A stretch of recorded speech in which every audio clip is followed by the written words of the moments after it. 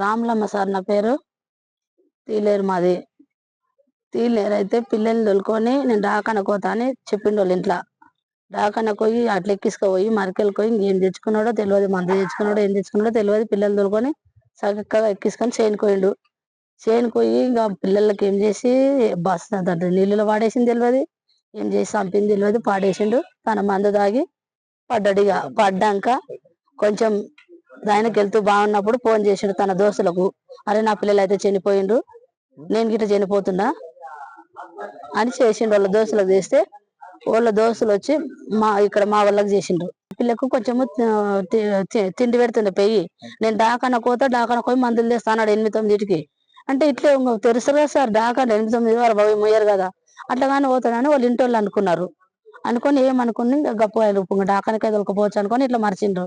మర్చినప్పుడు ఇంటికి రావచ్చులేడు డాకాని చూపించుకొని, అక్కడనే డైరెక్ట్ చేనుకి వెళ్ళిపోయిండు పిల్లల్ని ఎక్కించుకొని. ఉంటారు వీళ్ళు అవ్వ తాత, ఇప్పుడు పిల్లల తాత అవ్వ చిన్నమ్మ బాబాయ్ ఉండరు. వాళ్ళకి వస్తాడు కదా డాకాని చూపించుకొని అన్నట్ల నిద్ర పట్టిండ్రు. మరి కష్టం చేస్తాం కదా సార్ పండుకుంటారు, ఇంకొస్తాడు కదా 8 గంటల కన్నా వస్తాడు అని పండిండ్రు. నిద్రపోయారు. నిద్రపోయినాక ఏమైనా కొంచెం మందు తాగినాక మేలుక అది కాల్పు మంది అంటారు సార్, ఆ మందు తాగిండు. తాగినాక కొంచెం మతి మీద నుండి ఎవరికో ఫోన్ చేసిండు తన దోస్తులకు. చేసి ఇట్లా నా పిల్లలు చచ్చిపోయారు, నేను చచ్చిపోతుండా అని ఇంతే మాట్లాడి పెట్టేసిండు ఫోన్. పిల్లల తల్లి లేదు సార్, ఆమె ఇచ్చిపెట్టి పోయింది, విడాకులు ఇచ్చిండ్రు. ఇట్లా అయింది.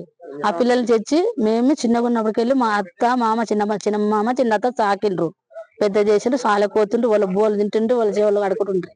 పెద్ద చేసిండ్రు. 5 ఏళ్ళ పిల్ల 5 నెలల పిల్లాడు చిన్నప్పుడు పిల్లాడు 5 ఏళ్ళు ఉన్నాడు ఇప్పుడు.